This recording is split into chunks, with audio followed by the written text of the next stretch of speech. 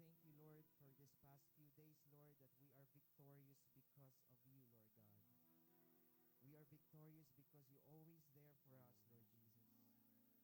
Salamat din po, Panginoon, sa bawat isa na nandirito, Lord God. And also everyone, our brothers, sisters who are watching, Lord God. Lord, guide our heart, Lord God. Guide our heart to the right path, Jesus. That we only honor and look unto you, Lord God. We thank you, Jesus, for all the challenges, for all the victorious challenge, Lord God, that we actually won because of you, Jesus. And today, Lord God, we want to honor you with our voice. We want to give you our everything, Lord God, our best, our time, all of us are inside of us, Lord God. We want to honor you, Jesus. Hallelujah. Hallelujah. Jesus, thank you. We want to honor you with our praise and worship. In the name of Jesus. Amen. Hallelujah. Hallelujah. Praise you, Jesus. I am a friend of God. I am a friend of God. He calls me friend. Let's sing it again. I am a friend of God. I am a friend of God. I am a friend of God. He calls me friend.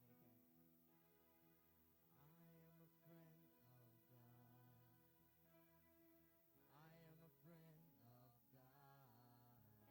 That you hear me when I call. Is it true that you are thinking of me? How you love me? It's amazing. I am a friend of God. I am a friend of God. I am a friend of God. He calls me friend. I am a friend of God. I am a friend of God. I am a friend of God. I am a friend of God. He calls me friend. Who am I that you are mindful of me? That you hear me when I call. Is it true that you are thinking of me? How you love me? It's amazing. It's amazing. It's amazing. It's amazing. I am a friend of God. I am a friend of God. I am a friend of God. He calls me friend. I am a friend of God. I am a friend of God.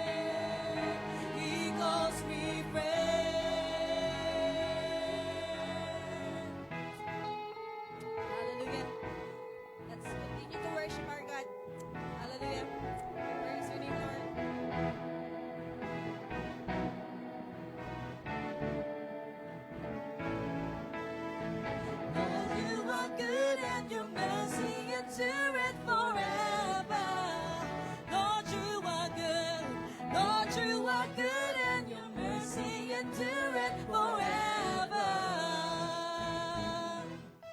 People from every nation and tongue, from generation to generation, we worship you. Hallelujah, hallelujah, hallelujah. We worship you for who you are. Lord, you are good and your mercy endureth forever. Lord, you are good. Lord, you are good and your mercy endureth forever. People from every nation and tongue, from generation to generation, we worship you. Hallelujah, hallelujah, we worship you for who you are. We worship you. Hallelujah, hallelujah, we worship you for who you are. You are good. Yes, you are, yes, you are. So good, so good. Yes, you are, yes, you are.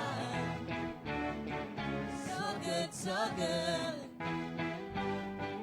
Yes, you are, yes, you are. You are good all the time, all the time. You are good, you are good, you are good all the time, all the time. You are good, you are good, you are good all the time, all the time. You are good. Your mercy endureth forever. Lord, you are good. Lord, you are good and your mercy endureth forever. People from every nation and tongue, from generation to generation, we worship you. Hallelujah, Hallelujah.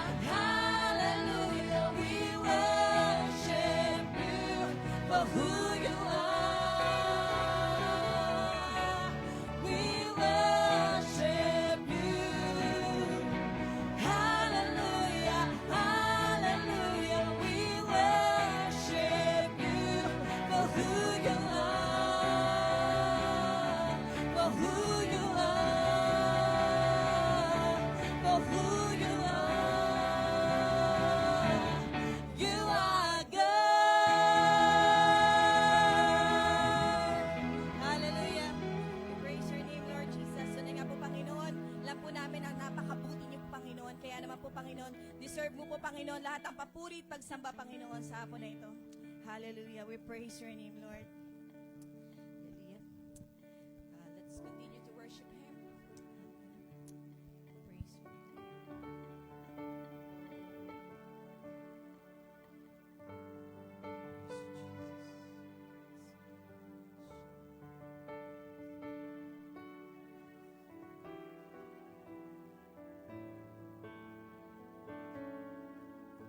As I come into your presence,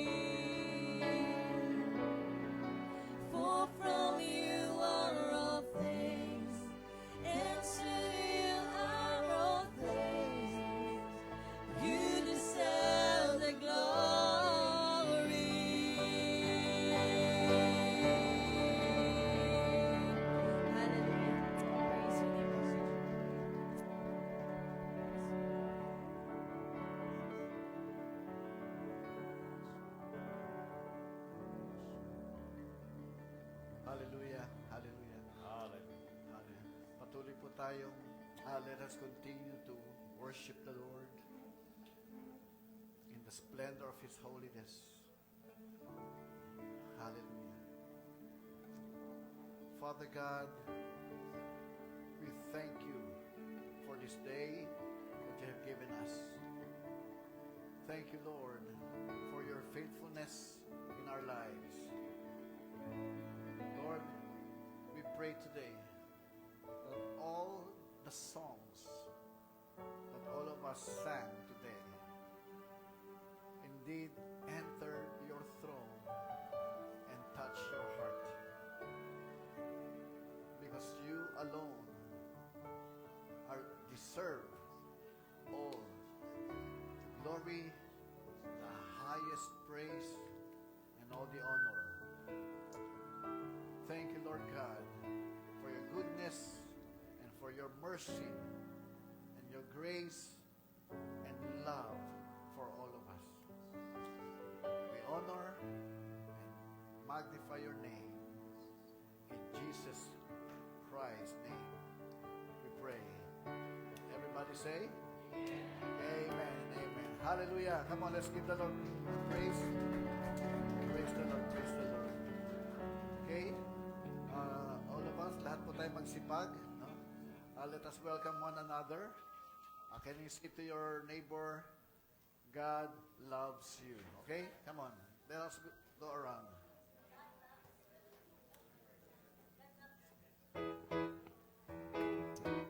Praise the Lord.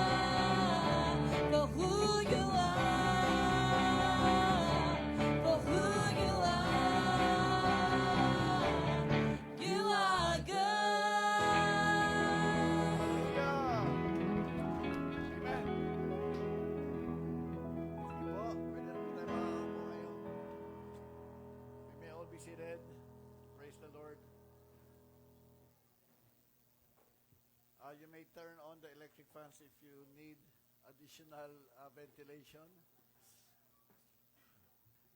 Nasa gitna po tayo ngayon ng tag-init, no? We are now in the midst of summer. That's why the heat is so hot. Okay? Amen. So ngayon po, inusog natin ang ating oras. We moved our time today from 3 in the afternoon to 2 o'clock so that we can start earlier because we have I don't want to call him visitor. No? Ayokong tawagin siyang bisita. Bagamat siya po ay nakatira sa malayo, no? But he is a brother also, no? Brother in Christ. Amen? Amen? So I'd like to welcome po, wait. Before that, any first-timer po dito? First time dumalo? Okay. Meron first-timer? Ano pong pangalan? What's your name? He's deaf and he's signing, my name is Kenneth John Terrado. Okay. So, what's your sign name? Oh, this is his sign name. And from USA. Okay. He came here for vacation. How long? Probably 4 weeks. Okay. Hanggang June 13, he'll go back to the U.S. Okay. Well, welcome, Brother Kenneth, the husband of Janelle. Okay. So, welcome. Meron pa po. Remain standing. Anybody else? Meron pang first timer? Wala na? Okay. What are we going to say to Brother Kenneth? Sign, ha? Ah. Kaya nyo ka. You are welcome. Okay, thank you daw. Okay, thank you. Welcome, Brother Kenneth. Okay, to Walls of Salvation Christian Church. Okay, so, brothers and sisters, hindi ko na po patatagalin. Now, I want to welcome our speaker for today. He is actually from Russia. From Russia, but he moved to Bali, Indonesia. Okay, this is a sign for Russia. Okay, I thought this was before old sign is Russia, but now this sign for Russia.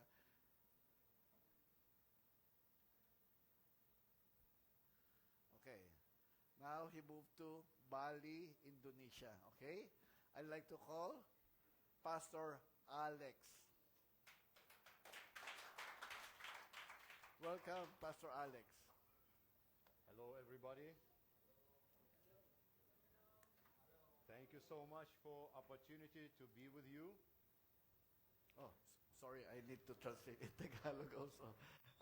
Salamat daw sa oportunidad na makasama po tayong lahat. When I was told that there will be first meeting in the morning and second meeting in the afternoon, Sinabihan siya sa umaga, merong gawain, no? Tapos sa hapon din, meron. I was asked if I will have enough strength to continue. So tinanong siya, meron ka bang sapat na kalakasan para magpatuloy? 2 beses ka magpipreach. But in our church, we have 5 meetings. Oh, sa kanilang simbahan daw, meron silang 5 gawain, no? We start on Saturday evening, So nagsisimula sila ng Sabado ng gabi. and then we have 4 meetings on Sunday. Tapos kinabukasan sa tuwing linggo, meron silang 4 na gawain. So to preach 2 times is okay. So kung siya mga karalang 2 beses, okay lang daw. And of course, I just wanted to see what God is doing here also. At gusto niya makita kung anong ginagawa ng Diyos dito. So thank you so much for So maraming salamat invitation. sa pag-iimbita. And I brought also greetings from both Moscow and Bali. At gusto niyang batiin lahat magmula sa Moscow at sa Bali. And from our church in Moscow, Church Word of Life, So ang kanilang church sa Moscow ay Word of Life. we have more than 9,000 people in our church. Meron silang higit sa 9,000 mga members sa kanilang iglesia. Yeah, and so all of them, I'm sure, sending greetings to you because many of them know I'm in Philippines. Lahat ng mga member nila doon sa Russia ay talagang alam na nandito siya sa Pilipinas. So gusto nilang batiin lahat ng In fact, in our church in Moscow, we have small congregation of Filipinos. sa kanilang church, meron silang small group na mga Filipino. Not very small actually, maybe like 50, 60 people. Mga 50, 60 na katao, mga Filipino sa kanilang church. Yeah, most of them are working in Russia. At karamihan sa kanila nagtatrabaho doon sa Russia. So I'm sure they are all sending greetings to you. So sigurado siya, gusto niyang batiin lahat. But I also brought greetings from our small young generation in Bali, Indonesia. At nagdala din siya ng pabati sa lahat magmula sa Bali na maliit na kanilang grupo. Because we had only 3 services. Kasi kakasimula lang nila ng kanilang simbahan doon. We just 3 pa lang. started. 3 weeks pa lang, kakasimula pa lang. Now we have about 15 people. Mga 15 pa lang yung member nila kasi bago pa lang. And it's just the beginning. Dahil ito ay kakasimula pa lang And sa of course, Bali. I greet you from my family.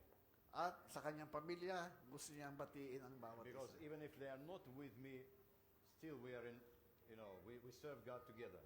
Kahit yung pamilya niya, hindi niya kasama ngayon, pero naglilingkod sila sa Diyos ng I sama-sama. have 1 wife and 3 children. Isa lang ang kanyang may bahay at 3 anak. Not the other way. hindi yung 3 asawa, isang anak. 1 Hindi. wife, 3 children.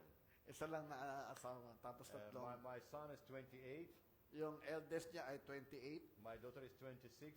Daughter niya ay yung anak mo na babae ay And my 26. youngest son is 8. 28, 26, 8. Ayun, yung pinakabunso ay 8 taon. So, 28, 26, at 8 taon. Just 8 years old. He's So- small. No, like this. 8 taon pa lamang. So we have big span between oldest and youngest. So, yung pangalawa at yung pangatlo talagang malayo yung agwat. He was a miracle, Talagang para sa kanila talagang himala po yun. No? like the kiss from heaven. Parang halik sa langit. And we call him Benjamin. Ang pangalan ay si Benjamin. So yeah, and he is with us now in Bali. Ngayon kasama sila doon sa Bali. He is a missionary child. At siya din ay talagang missionary na bata. He was born when we were on the mission field, Pinanganak yung batang yun nung sila ay nagbabiyahe at nagmimisyon. No? and then we took him again to a mission field. Tapos dinala siya doon sa Bali na kanilang mission. Yeah. So I want to share the word of God with you today, Ngayon, gusto niyang ibahagi ang salita ng Diyos sa bawat isa. and I want us to start from the Gospel of Luke, chapter 4. At magsisimula tayo sa aklat ni Lucas, Kapitulo 4, And I will read it to you at babasahin po niya from verse 18. magmula sa versikulo 18. The Spirit of the Lord is on me because He has anointed me to proclaim good news to the poor. Ang Espiritu ng Panginoon ay sumasa akin dahil ako ay sinugo niya para ipahayag ang mabuting balita sa mga mahihirap. He has sent me to proclaim freedom for the prisoners and recovery of sight for the blind, Sinugo niya ako para palayain ang mga nakabihag at bigyan ng pangitain ang mga bulag. to set the oppressed free, Palayain ang mga nabibigatan and to proclaim the year of the Lord's favor. at ipahayag ang taon ng pabor ng Panginoon. Then he rolled up the scroll, gave it back to the attendant of the synagogue, and sat down. At kanya itong nirolyo at binigay doon sa lingkod And at the, siya ay daupo. and the eyes of everyone in the synagogue were fastened on him. At yung mga tao doon sa sinagoga, no, ay talagang nakatitig sa kanya. This story goes on when Jesus entered one of the Saturdays in his synagogue as he had custom. Itong storyang ito ay nung si Jesus ay pumasok doon sa sinagoga dahil yung kanyang nakasanayan. That was just another meeting. So ito ay ordinaryong pagtatagpo nila. And the meeting was usually went like this, that they picked different parts of the scripture and read it out loud. Yung panahon pong yun, kung sila ay nagtitipon-tipon, merong binibigay na babasahin, no? Tapos ay babasahin niyo ng malakas. So there was nothing unusual in this. So walang special na bagay nung panahon na yun. They always did it. Lagi po nila itong ginagawa na nagbabasa. But this day was different, Pero yung araw na yun talagang kakaiba. because we read that everyone was gazing on Jesus very intensively. Kasi yung mga tao nakaupo doon ay talagang nakatitig kay Jesus. Their eyes were fastened on him, fixed on him, Talaga yung mga mata ng mga tao talagang nakatitig kay Jesus. because it was not just another reading of scripture. Kasi hindi lang ito yung regular na pagbabasa ng This Talata. scripture became rema, so yung the word of God. yung talatang yun ay naging buhay, no? Because Jesus later said, when he finished reading, he said, today the scripture is fulfilled. Kasi si Jesus, pagkatapos niya mabasa yon at sinara niya, tapos sabi niya ganyan, ngayon ito ay naging naganap. Right in front of your eyes.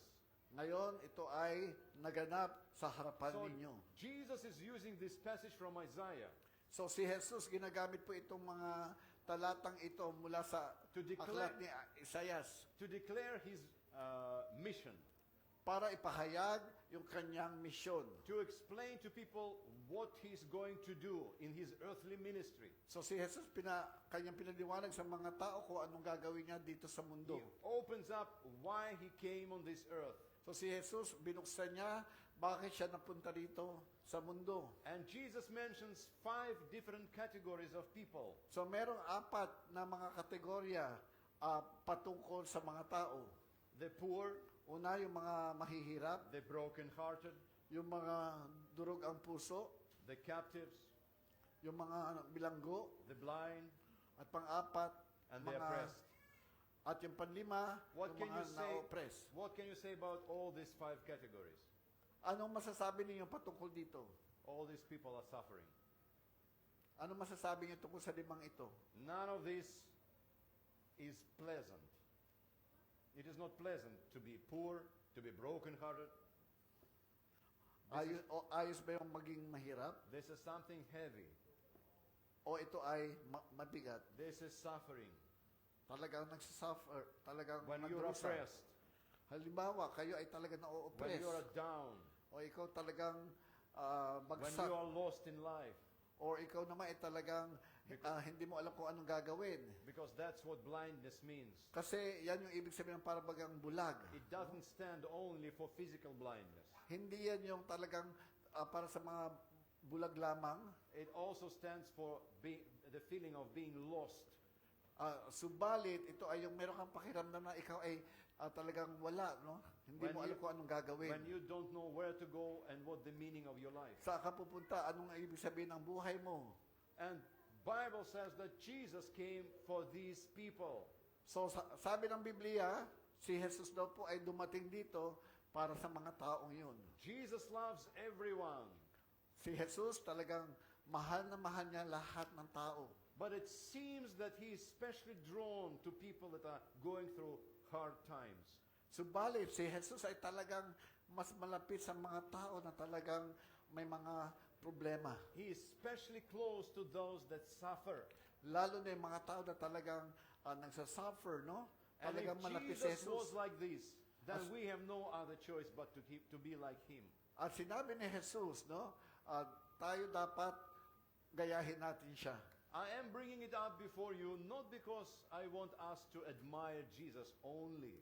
Ngayon ay itinuturo niya ito para sa tayo ay hindi natin siya hahangaan lamang. We of course should admire him, Tama, hangaan natin si Jesus. but he is also an example. Pero dapat gawin natin siyang Halimbawa. He shows with his life what we should do also. si Jesus talaga pinapakita niya yung kanyang buhay. So as church, we are called. So tayo bilang iglesia, tinawag po tayong lahat. Say, I am called Sabihin natin, ako'y tinawag to poor. To go to poor. para tulungan ang mga mahihirap, Broken-hearted. yung mga durog ang puso, Captive. yung mga nakabilanggo, Blind. mga bulag, Oppressed. yung mga nabibigatan. Jesus wants to touch them. Si Jesus gusto silang tulungan at talagang hipuin. And he doesn't have any other hands but yours. At si Jesus wala na siyang ibang mga kamay, subalit kayo. If he wants to touch them, he needs your hands. Si Jesus gusto niyang hipuin yung mga taong yon, so gagamitin niya kayo. He has no other feet but your feet. Si Jesus wala nang ibang paa, kundi kayo. So that you will come to these people and say, hey, there is hope. Para kayo naman ay lalapit sa mga taong may problema, tapos sabihin mo, merong pag-asa. God loves you. Mahal ka ng Diyos. He can help you. Ang Diyos pwede kang tulungan. If I will not come to these people Kung tayo ay hindi lalapit sa taong on yon, my feet, gamit ang ating I sariling will paa. not touch them with my hands, Yung kamay natin, hindi natin sila hihipuin. how they will experience God. Paano nila mararanasan ang Diyos? So God needs you. So, ang Diyos ay kailangan ang bawat isa. I said, God needs you. Ang Diyos kailangan ang bawat isa. He needs you. Kailangan tayo ng Diyos. And it will be much better if we say yes to Him.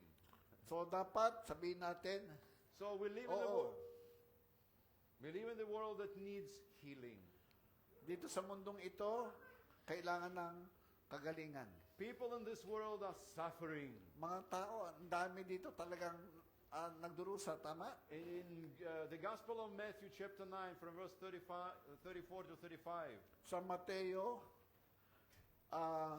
Kapitulo 9, 34, 35. It says that Jesus looked at the crowds that were gathering around him. Sinabi doon si Jesus, tiningnan niya yung mga tao na nakapalibot sa kanya. And he saw that they are overburdened and weary and depressed. At nakita ni Jesus yung mga tao talagang nagbibigatan at talagang sila ay na-oppress. And he was moved with compassion. At si Jesus talagang nakaramdam ng kahabagan sa kanila. Do you think something changed from those times? I don't think so. Tingin ninyo, nagbago si Jesus? Jesus is the same yesterday, today, and forever. Si Jesus ay pareho noon, ngayon, at magpakailanman. So when he looks at people today, So, halimbawa ngayon, si Jesus, titingnan niya mga tao, are they less weary, less tired, less depressed? tingin ninyo mga tao ngayon, walang mga problema? No. Maybe more. More problems. Mas marami mga problema ngayon. More difficulties. At mas marami mga More fears. kahirapan ngayon. Mga takot, More sicknesses. mga sakit. I mean, people are suffering. So, mga tao sa mundo talagang More poor people. nagdurusa. Ang More daming mga broken-hearted. mahihirap. Tama? In Russia, for example, Sa kanilang bansa, sa Russia, halimbawa, every year, taon-taon, 700,000 marriages are being broken. mga 700,000 ang mga mag-asawa ang naghihiwalay. 700,000 divorces a year. Wow, 700,000 mga mag-asawa ay talaga nagdidiborsyo. We are talking about broken-hearted. Anong nangyari? Kasi nadurog ang When puso. devil tears apart family, Halimbawa, yung diablo talagang winasak ang pamilya. there are two broken people, 2 tao ang talagang masisira. but there are actually more broken people. Subalit, meron pa. Children, Mga bata, they suffer. sila ay They nagdurusa miss din. Papa, they miss Mama. Bakit? Kasi mamimiss nila yung tatay, mamimiss They nila yung are nanay. Tapos yung mga bata ay They talagang don't know what is going on. hindi nila alam kung ano nangyayari. Sometimes they think that they are the reason of divorce. Minsan yung mga bata, akala nila sila yung dahilan ng mga They paghihiwalay. cry. So talagang umiiyak yung mga bata. I saw one small video on Instagram, Meron siyang nakitang video sa Instagram. and the family was divorced, Yung pamilya ay talagang hiwalay. and the father was visiting his daughter, Tapos si tatay ay binibisita niya yung kanyang anak na babae. and he just gave her some presents. Tapos yung tatay, niregaluhan niya yung anak niya. And then he has to go because he has another family now. Tapos pagbigay niya ng regalo, dapat siyang umalis kasi meron siyang ibang pampamilya. And this small girl sits, holds his hands and says, Papa, don't leave me. So yung batang babaeng yun, hinawakan na kamay, sabi, huwag mo akong iwan. I love you. Why are you leaving me? Mahal kita, bakit mo ako iniiwan? Is there someone you love more than me? Meron bang iba na mas mahal mo kaysa sa akin? And when I saw this video, I thought, what it creates in this little girl's heart.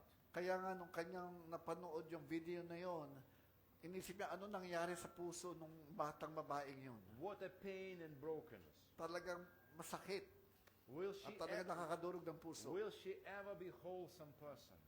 Yung batang babaeng yun ay talagang gagaling pa ba? Will she ever be able good mother? Siya ba ay magiging butihing nanay? Because of all this trauma that she Dahil sa experienced. mga trauma na kanyang naranasan? Will she be a good wife? Paglaki niya, magiging mabuti ba siyang Will she ever trust Asawa? any man after this? magtitiwala pa ba siya sa ibang mga lalaki pagkatapos noon? Or she will think that all men are liars? O baka paglaki niya, isipin niya lahat ng mga lalaki talaga And sinungaling. will actually never be able to trust anyone in her life.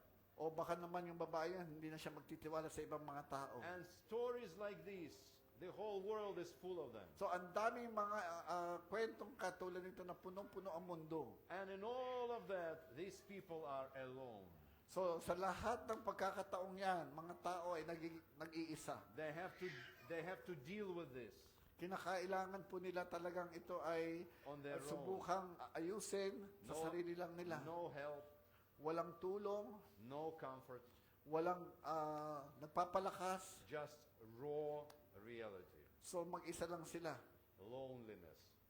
Yun, nagiging mag-isa lang sila. Many people today in this world feel very, very lonely. Madaming tao dito sa mundo talagang nakakaranas ng pagkakaisa. Even those that kind of in the middle of partying, life that is bubbling and very loud, still they feel very lonely. Kahit merong mga tao, minsan, di ba, pumupunta sa mga party, ganyan, kasiyahan. Pero sa gitna nun, talagang yung taong yun nakakaramdam ng nag-iisa at malungkot. Many people are testifying. Ang daming mga tao na nagpapatotoo. Those that got saved, they testify that when they were in the middle of this noisy life, Yung mga bagong naliligtas, no? Nagpapatotoo sila na sa gitna ng mga maingay na buhay na yon. music, friends, parties, May mga musika, may mga kaibigan, mga pagsasaya. they felt so lonely, Pero talagang pakiramdam nila, nag-iisa pa rin sila so at malungkot. empty. At talagang walang laman. I read a testimony of one lady. Merong isang babae, She was a model. siya ay isang model, no? And there was a photo set she was part of. Sorry. Photo set. They were making pictures of her. Okay. Pinipicturean siya dahil siya ay isang modelo. She was barely clothed. Tapos, minsan, wala siyang suot. They were making pictures for men's magazine. Gumagawa sila ng mga larawan para sa panglalaking mga magazine. And when she was being, they were making pictures of her. And patapos doon, nung siya pinipicturean, She was famous.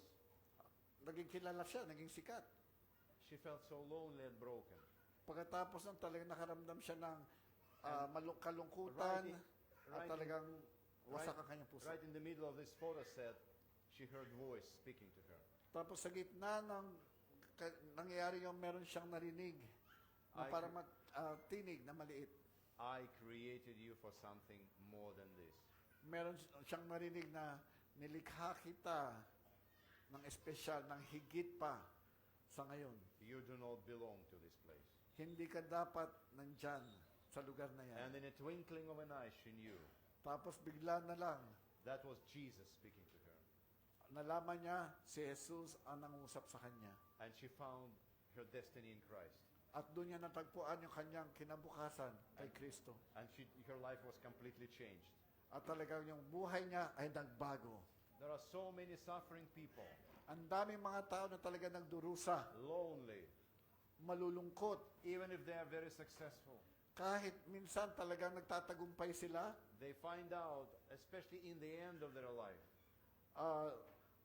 lalo na sa dulo ng kanilang buhay, that life is not about money and success. natagpuan nila yung buhay hindi lamang patungkol sa pera o sa tagumpay. There are some much more important things. Meron pang mga higit na mahahalagang bagay. Many people are suffering of depression. Maraming mga tao ay talagang nagdurusa sa depresyon. Today, every year, 150 million people become disabled because of depression. Ngayon, mga 150,000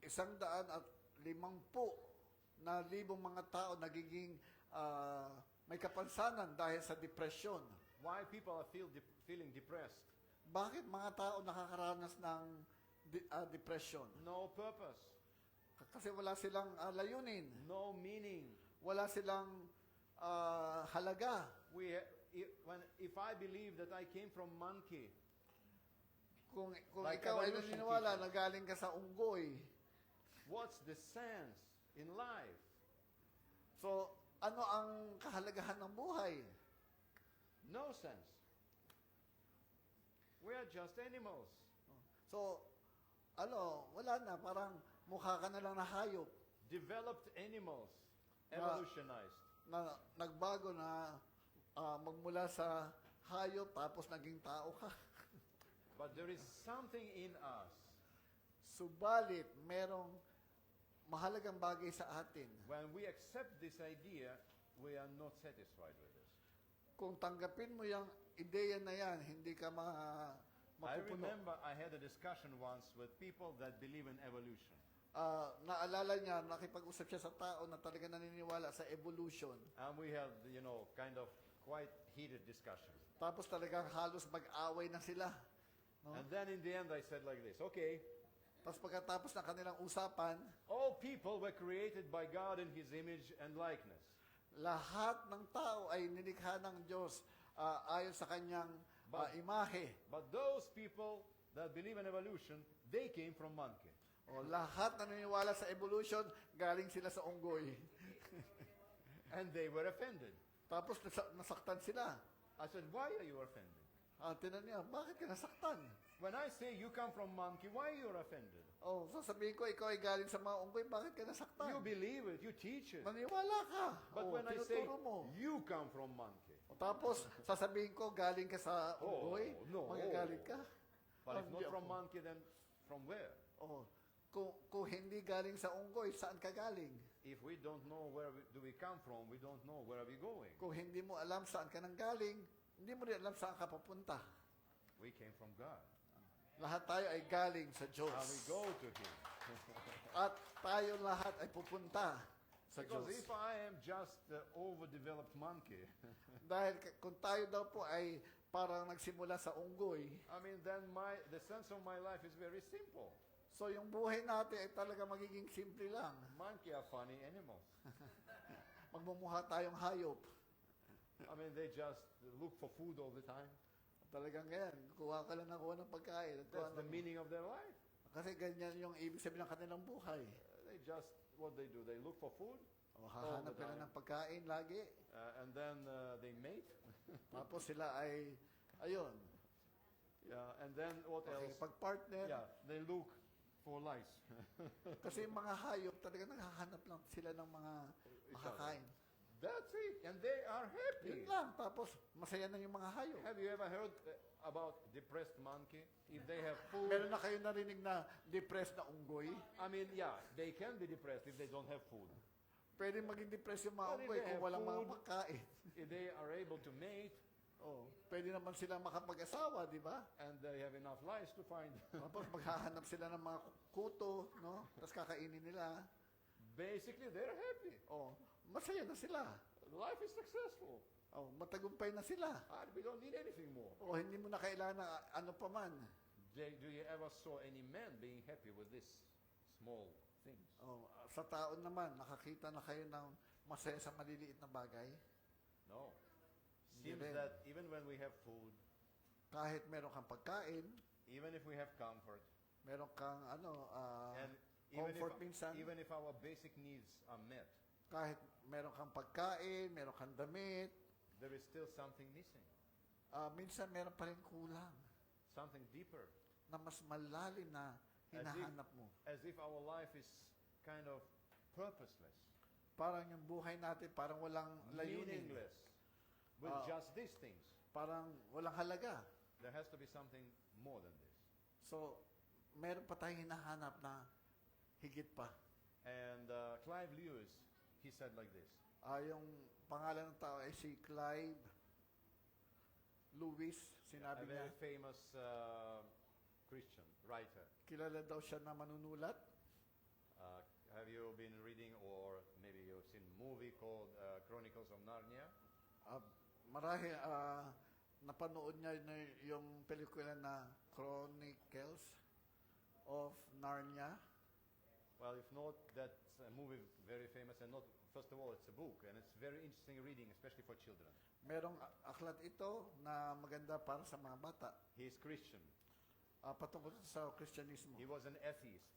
Dati siya daw talaga hindi naniwala sa Diyos. He was trying to fight God, and he wanted to prove that God does not exist. At But sinusubukan niyang hanapin ang Diyos na gusto niyang patunayan na walang Diyos. and while he was doing it, he came to conclusion that God exists.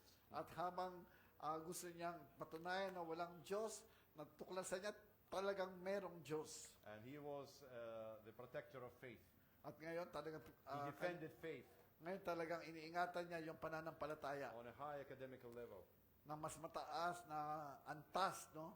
So he said like this, So sinabi niyang ganon, if nothing in this world, kung dito sa mundo nothing, ay wala, can satisfy my soul, kung dito sa mundo walang makakapuno sa aking kaluluwa, doesn't that mean that my soul was created for something that is not found in this so world? ibig sabihin, yung kaluluwa ko ay nilikha para sa isang espesyal na bagay For something from the other world. na hindi galing dito sa mundo, subalit galing sa ibang klaseng mundo. If I cannot find happiness in anything that I can find here on earth, Kung dito sa mundo, hindi ko makita yung talagang kasiyahan, doesn't that mean that I was created to find happiness in something outside of this world? so ibig sabihin, tayo ay nilikha ng higit pa kaysa dito sa mundo. And what is outside of this world? Ano yung labas dito sa mundo? The Creator. The Creator, Yung lumikha sa atin, our God. ang ating When Diyos. we meet Him, Pag makatagpo na natin siya, then we are truly satisfied. doon tayo makakaranas ng talagang satisfaction. So we as church are sent into this world just like Jesus. So tayo bilang iglesia, pinadala dito sa mundo. Holy Spirit is upon us Yung banal na espiritu ay sumasa ating to lahat. go to the poor, Pumunta broken tayo sa hearted, mga mahihirap, sa mga blind, durog ng puso, sa mga oppressed, lahat, and mga bring nabibigatan. them the glad tidings of God's favor. At dalhin natin sa kanila yung mabuting balita mula sa Diyos. So everything Jesus was doing in His earthly ministry, He was touching people. So si Jesus, dati nung nandito sa mundo, ay talagang hinihipon niya yung mga buhay ng tao. And I want to speak about 3 ways how Jesus brought restoration and healing to people. At meron 3 bagay na ginawa si Jesus para tulungan ang mga tao. And number 1, Jesus touched people with His words. So unang-una, si Jesus ay talagang nahipon niya yung mga tao sa kanyang salita. Proverbs 18:21 says, Sabi sa Proverbs 18:21, chapter 18 verse 21, death and life are in the power of the tongue. Death and death life. and life ay nasa ang buhay at kamatayan ay nasa kapangyarihan ng dila. So our tongue can release either death or life. So yung dila, pwedeng maglabas yan ng buhay o kamatayan. When you start morning, Halimbawa, sa umaga, magsimula ka, what are the first words that come out of your mouth? ano yung unang salita na lumalabas?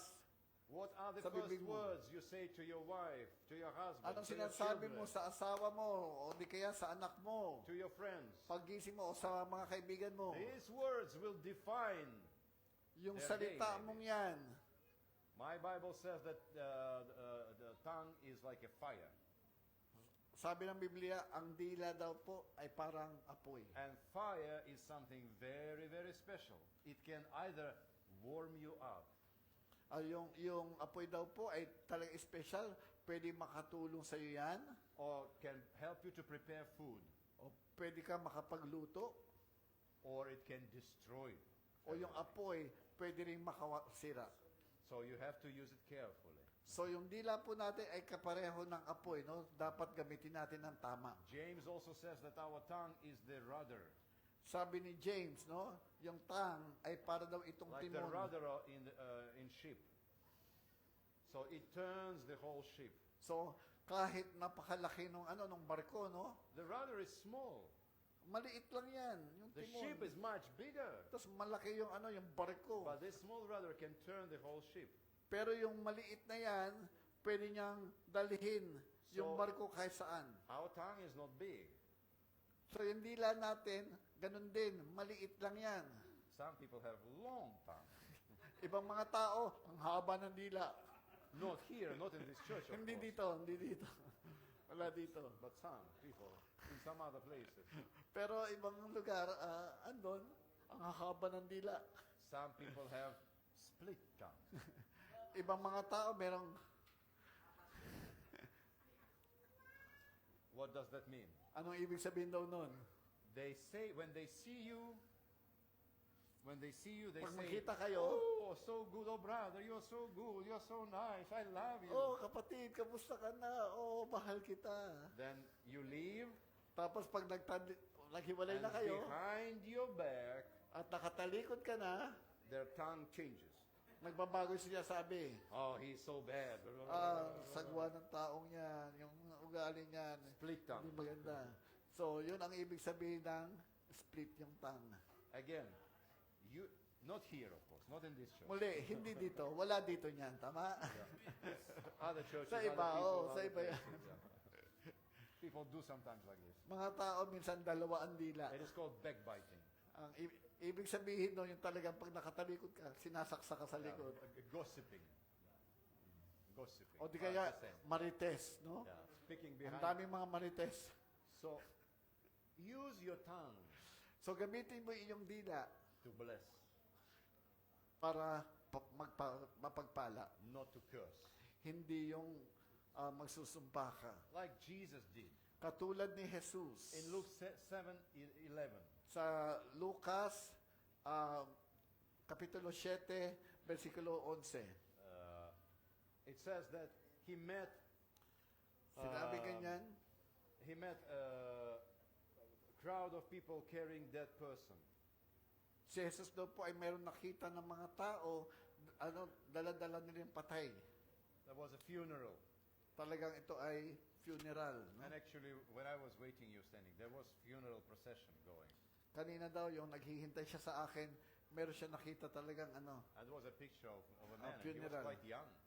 So yung tao ay talagang bata pa, no? I don't know what Namatay. happened with him. Hindi niya alam kung ano nangyari, pero meron siya nakitang So namatay. Jesus kind of faced the same situation. So si Jesus daw ay pareho yung karanasan niya. And he finds out that this is a young boy and he has mother and she is a widow and he's the only son. So si Jesus nakita niya merong funeral, no? Mga tao. Tapos natagpuan niya yung ang naiwan na lang yung nanay. Tapos yung anak niya na nag-iisa namatay. And it says that when Lord saw her, his heart went out to her. At si Jesus nung nakita niya yung nanay na talagang malungkot, nagtatangis, talagang nahabag siya. Widow, Kasi siya ay isang widow. lonely lady. Tapos malungkot na babae. She had no one to take care of her. Wala na mag-aalaga sa kanya. She had only hope, Ah, one hope, isa na lang ang kanyang pag-asa, in her son. yung kanyang anak. She might be dreaming that one day he will grow and he will take care of me. Siguro yung nanay, no, talagang nangangarap dati na paglaki niya, siya mag-aalaga sa I kanya. don't know what happened, but he died. Hindi niya alam kung ano niya, pero yung anak namatay. And that day her hope crashed. So yung araw na yon, yung buhay ng babaeng ang talagang gumuho. Maybe she was the most crashed person in Israel that day. Siguro ng araw na yon noon, no, yung babaeng yon talagang guho ang kanyang mundo. And of course, Jesus, it says, his heart went out to her. Kaya si Jesus, no, nakita niya yung widow na yon, talagang naawa siya. He had compassion to her. Talagang nahabag siya. And we read that he came up to her and said, At si, don't cry. at si Jesus, ginawa niya, lumapit siya doon sa babae at sabi ganyan, huwag kang umiyak.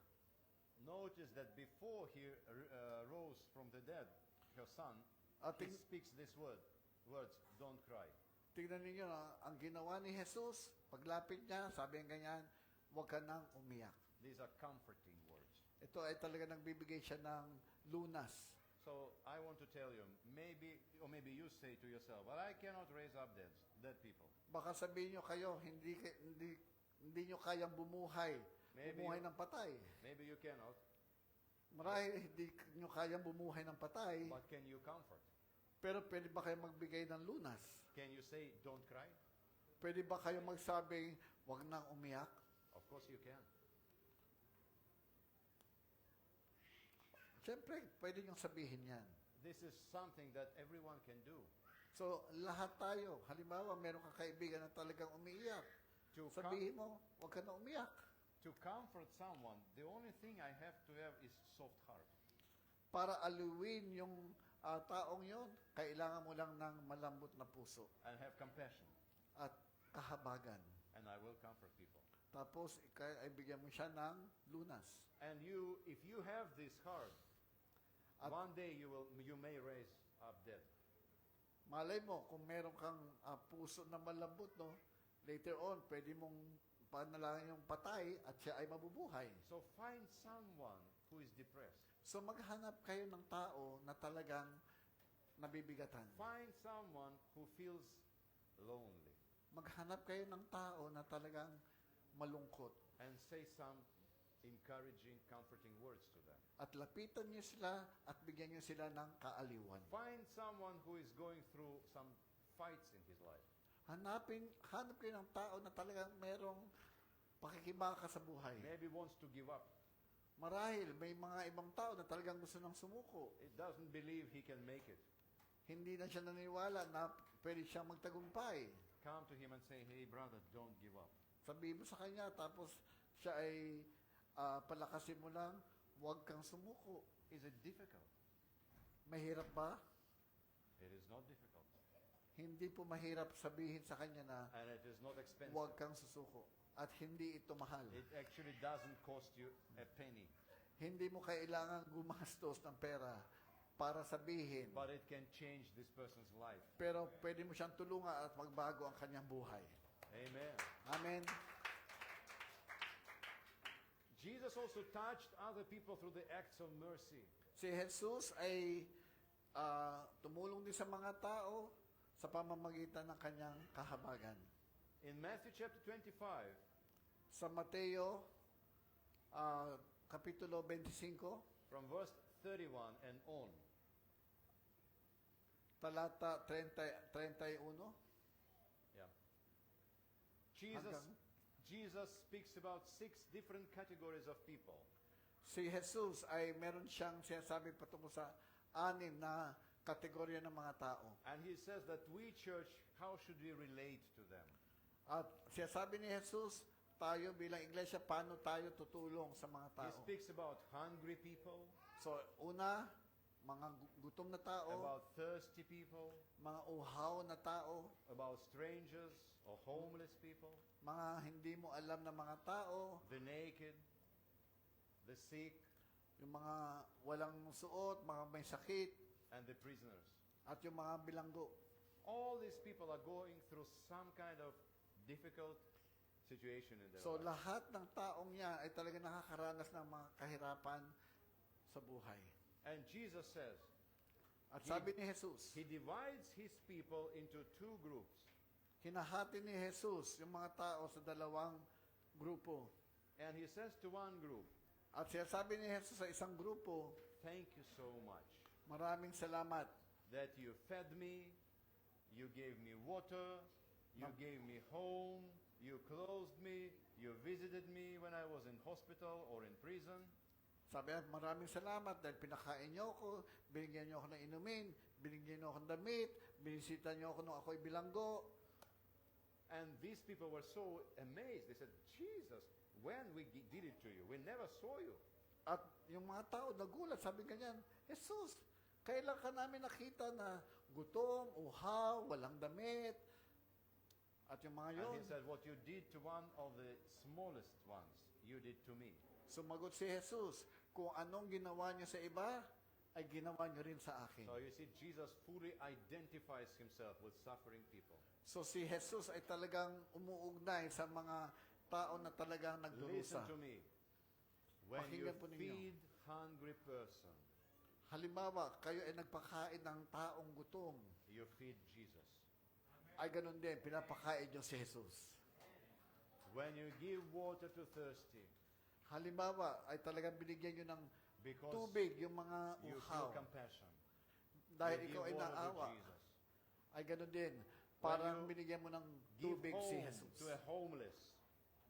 Halimbawa, yung tao, wala siyang You matitirahan. give home to Jesus. Tulungan mo siya, dalhin mo sa bahay mo. Parang si Jesus ang That's tinulungan how mo. Jesus sees this situation. So, ganyan tinitingnan ni Jesus ang sitwasyon. This is very important. So, napakahalaga po niyan. So, my friend, So, mga Jesus was kapatid, feeding people si Jesus nagpapakain ng mga tao because he had compassion. dahil siya po ay merong kahabagan sa He mga said, tao. how come? They will go. They may collapse on the way. They are hungry. They are tired.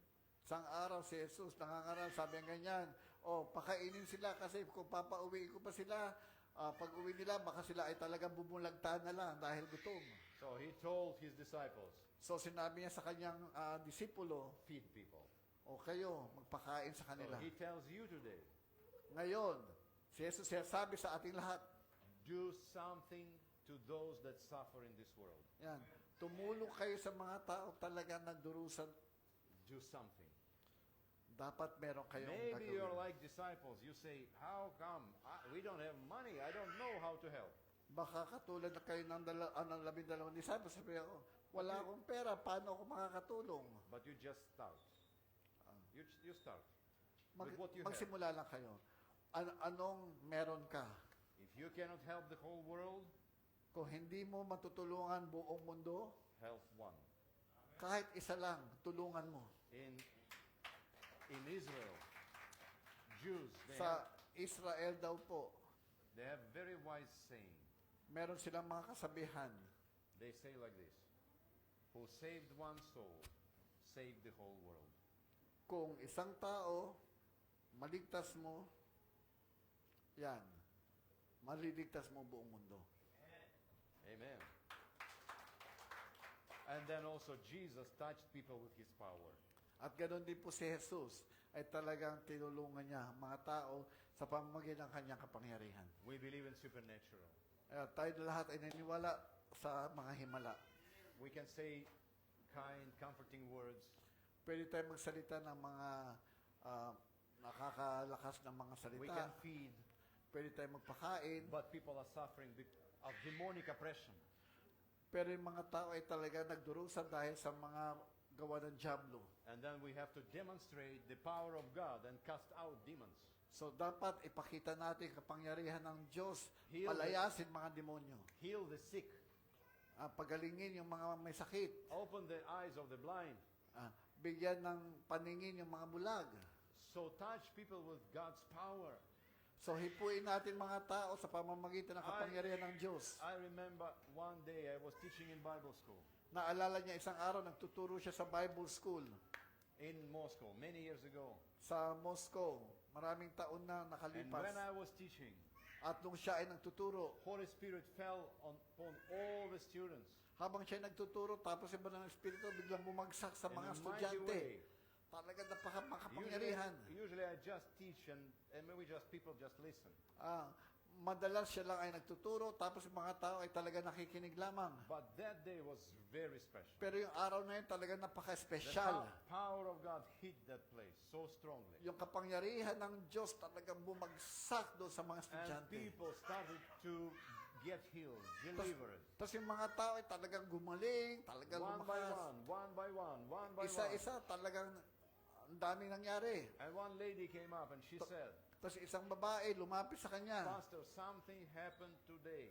Pastor, meron akong naranasan ngayon. 15 years ago, my husband died in a tragic accident. 15 taon nakakalipas, yung asawa ko ay talaga na aksidente namatay. And from that day, At nung araw na yon, for 15 years, sa loob ng 15 taon, nobody ever saw me smiling.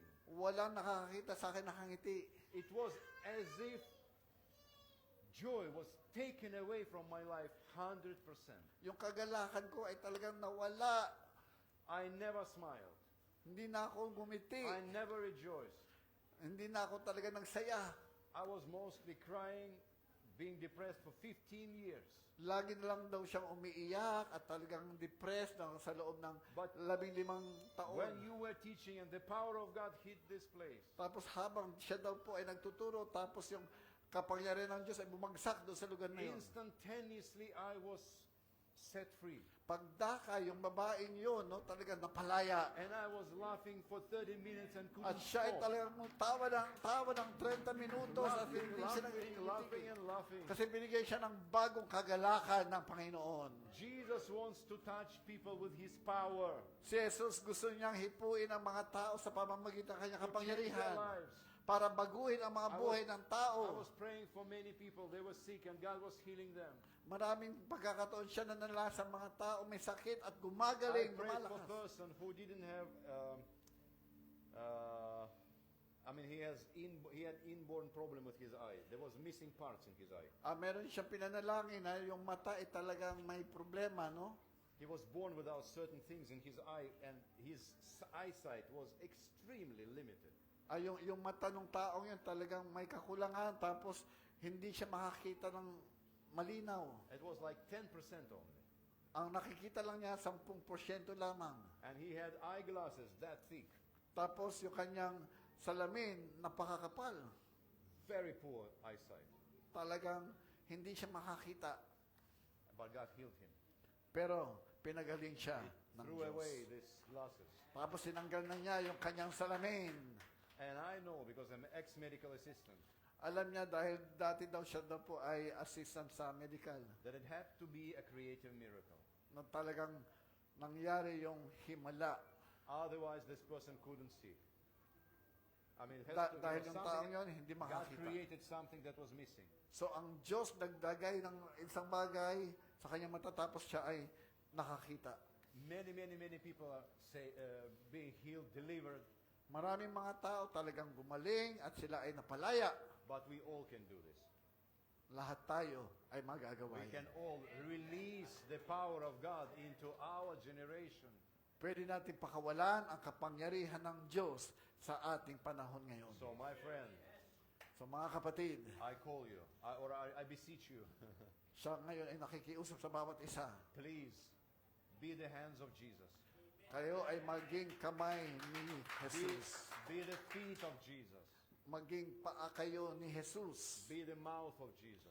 Maging bibig kayo o kamay And ni become Jesus. a vessel of healing At kayo ay maging for people around us.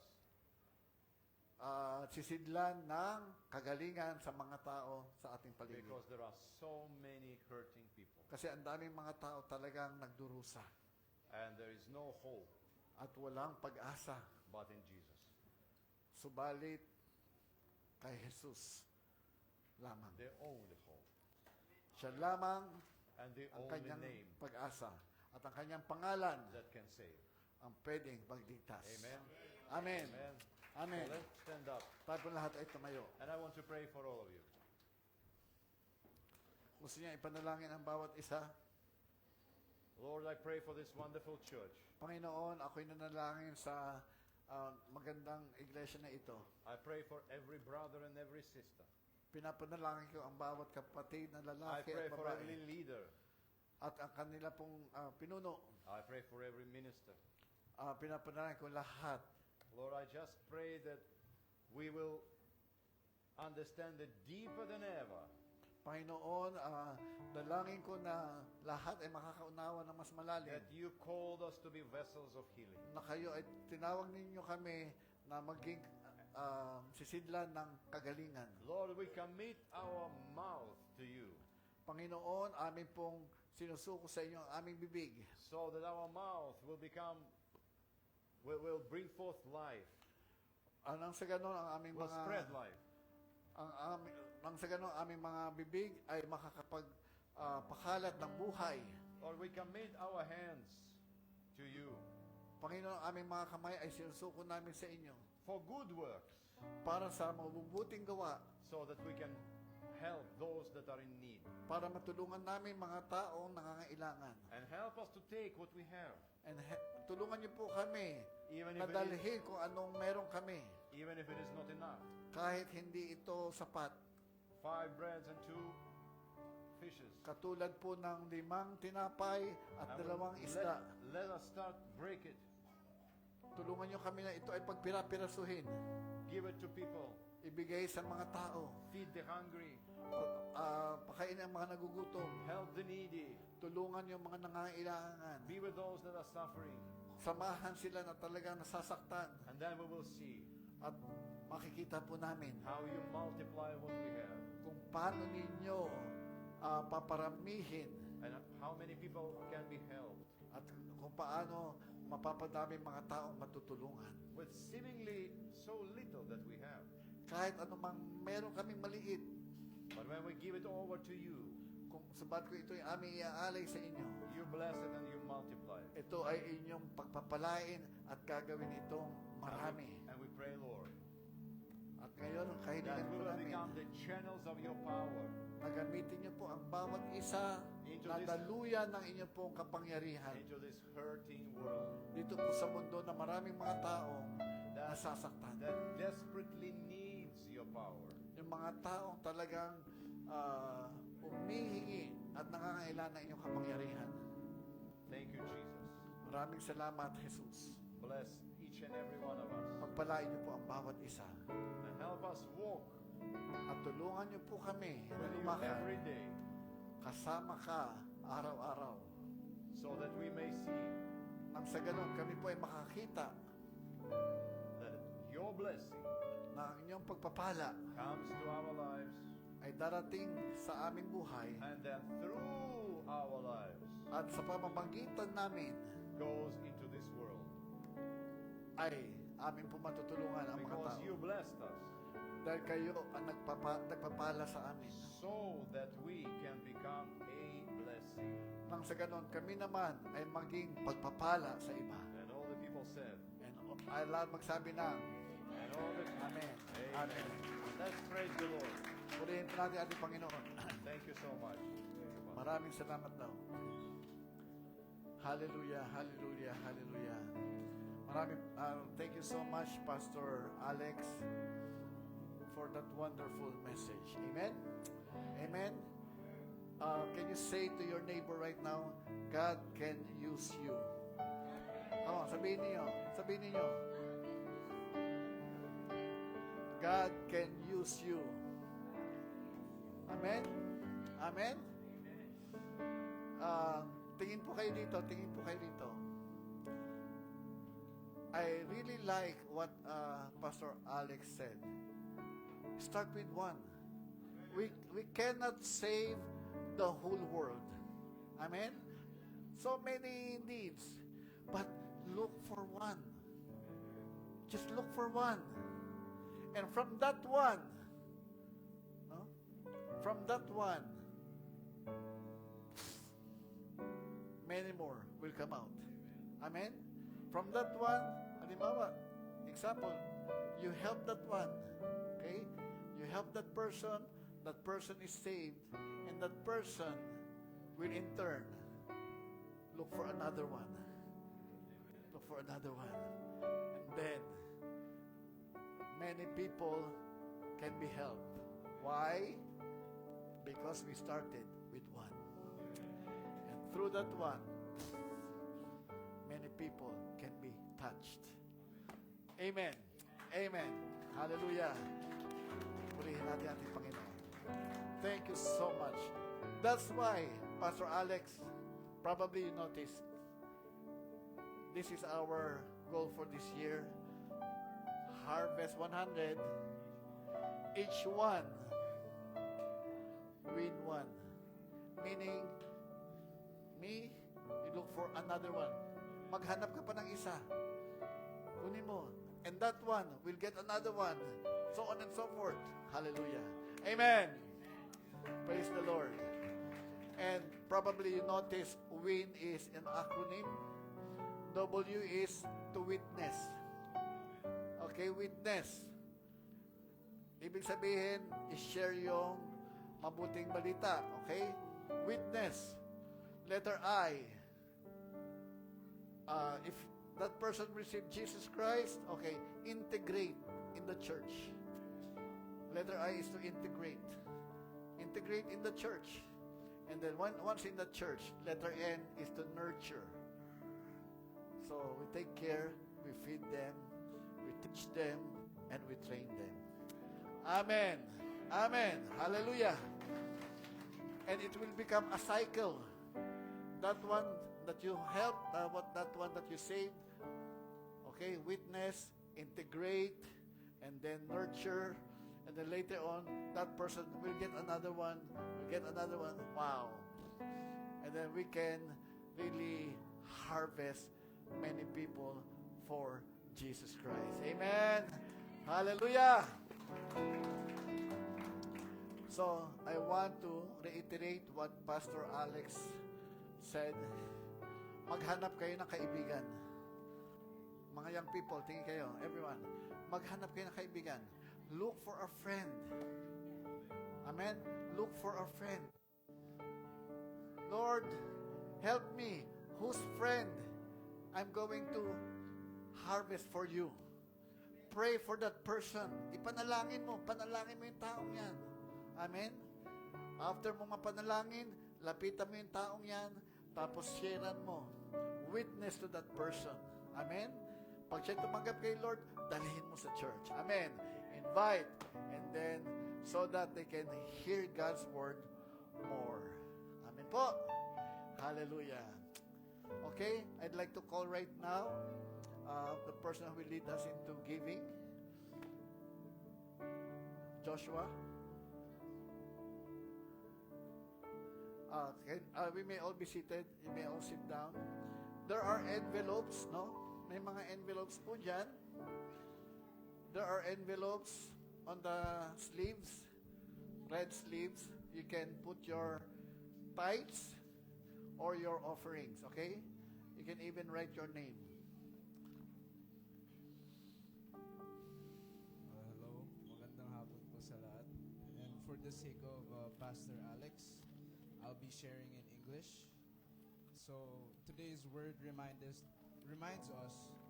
that no matter how much we chase in this world, there will always be a sense of emptiness without Christ. Many people search for peace, comfort, content, and purpose in different things, yet still feel lost because only Jesus can truly fill the deepest needs of our hearts. That is why God calls us to live with compassion, just as Christ did. Through words, actions, and kindness, we can reflect His love to people who may be hurting or feeling lost. As followers of Christ, we are called to become vessels of His healing, allowing God to use us to bring comfort to the broken and encourage the weary, and hope to those who feel empty inside. So today po, as we give our tithes and offerings, let it be not only an act of worship, but also a reminder to live with compassionate hearts, allowing Christ to use us to bring His love, healing, and peace to others. Thank you, and let us all pray. Dear Heavenly Father, we thank you for this day, Lord. We thank you for another blessed Sunday and a special preaching, Lord, from Pastor Alex. We pray that everything that he has shared may be applied into our lives, and that we may be a vessel of your healing, Lord, towards others. And Lord, I pray for those hands who will be giving today. I pray that they are not only just giving because they feel obligated, but it is out of the kindness of their hearts, Lord. Once again, Lord, I pray for each and every single person, whatever they're going through. I pray that you may bring compassion in their lives, comfort in their struggles, and they may become a beacon of light towards others who are experiencing the same thing. And as I pray for the week, Lord, may this week be a blessed week, and may this day be a blessed day, Lord. In Jesus' mighty name we pray. Amen. Okay, we may put our givings here.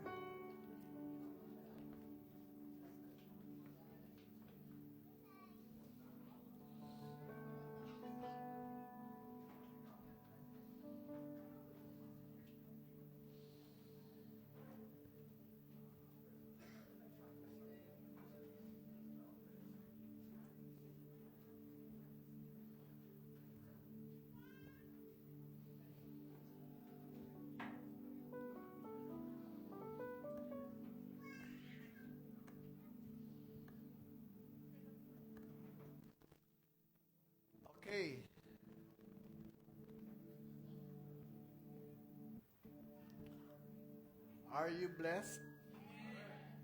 Amen? Okay.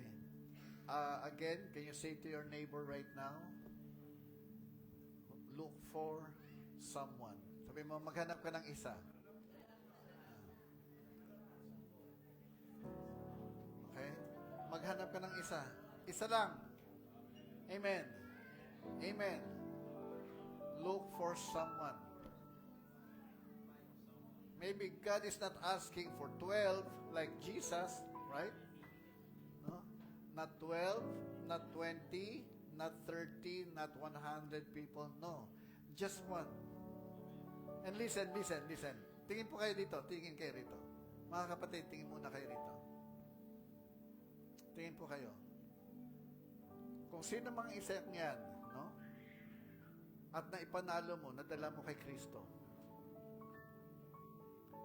In the future, whoever that person is that you win for the Lord, in the future, when all of us go to heaven, that same person, yung taong yun, lalapit sa'yo, will come to you and say, thank you, salamat, dahil ikaw ay nag-witness sa akin, sineran mo ako ng salita ng Diyos.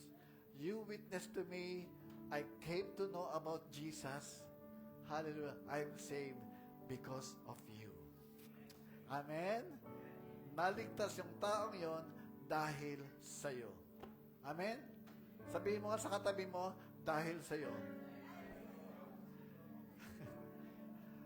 Dahil sa'yo, sila ay nabuhay. O, di ba?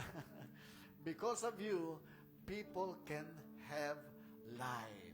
Amen. And that life is not temporary, but that life is eternal. Hallelujah. Come on, let's give the Lord praise. Let's give the Lord praise. Let's all stand up, please. Okay. Before we pray, after the service, don't leave. Huwag muna kayong uwi. Meron pa tayong mga konting mga pagsasalu-saluhan lang. We have some food to share. Amen? It is the advanced celebration of someone's birthday. Okay? Someone's birthday. I heard someone is going to celebrate that person's birthday. Okay? Whoever that person is, guess. Anyway, so please, don't go away. Huwag kayong uuwi. Okay? Stay after prayer. Amen. Shall we stretch forth our hands towards our giving? Iunat natin ating kami sa ating pagbibigay, and let us all pray. Hallelujah. Heavenly Father, we thank you once again for this day that you have given us, for this very special Sunday. We know, Lord God, that each Sunday with you is very, very special. Napakahalaga po, Panginoon. And today, Lord God, thank you for all your blessings. Salamat sa iyong mga pagpapala, sa lahat, sa aming mga trabaho, for our work, our businesses, aming mga negosyo, o anumang mga livelihood, Panginoon, o kabuhayan. Thank you, Lord, for your faithfulness. Salamat sa iyong katapatan, Panginoon, and for your continued goodness sa patuloy po na iyong kabutihan. Now, bless the giving of your people, Lord God, and we pray that multiply it, Lord. Kayo po magparami nito nang sa ganon, ang aming simbahan, that our church will become a vessel, Lord God. Hallelujah. A vessel of your healing to people. Thank you, Lord God. And I ask, bless each one today, spirit, soul, body, materially, and financially, Lord. Whatever needs of your people right now, hallelujah, meet all of us. And let's raise our hands towards heaven. Hallelujah. Father God, I declare right now your blessing upon your people. Hallelujah. Cover us with your precious blood. And I declare that no weapon formed of the enemy against us shall prosper. But all of them, Lord God, will just be nothing. We commit to you the rest of this day and this week, and we declare this week blessed. Thank you, Lord God. Dismiss us in your love today. This we pray in the mighty name of our Lord and Savior, Jesus Christ. And all God's people say, Amen. Hallelujah. God bless all of you. Amen. God bless Team Bahay. See you again next Sunday.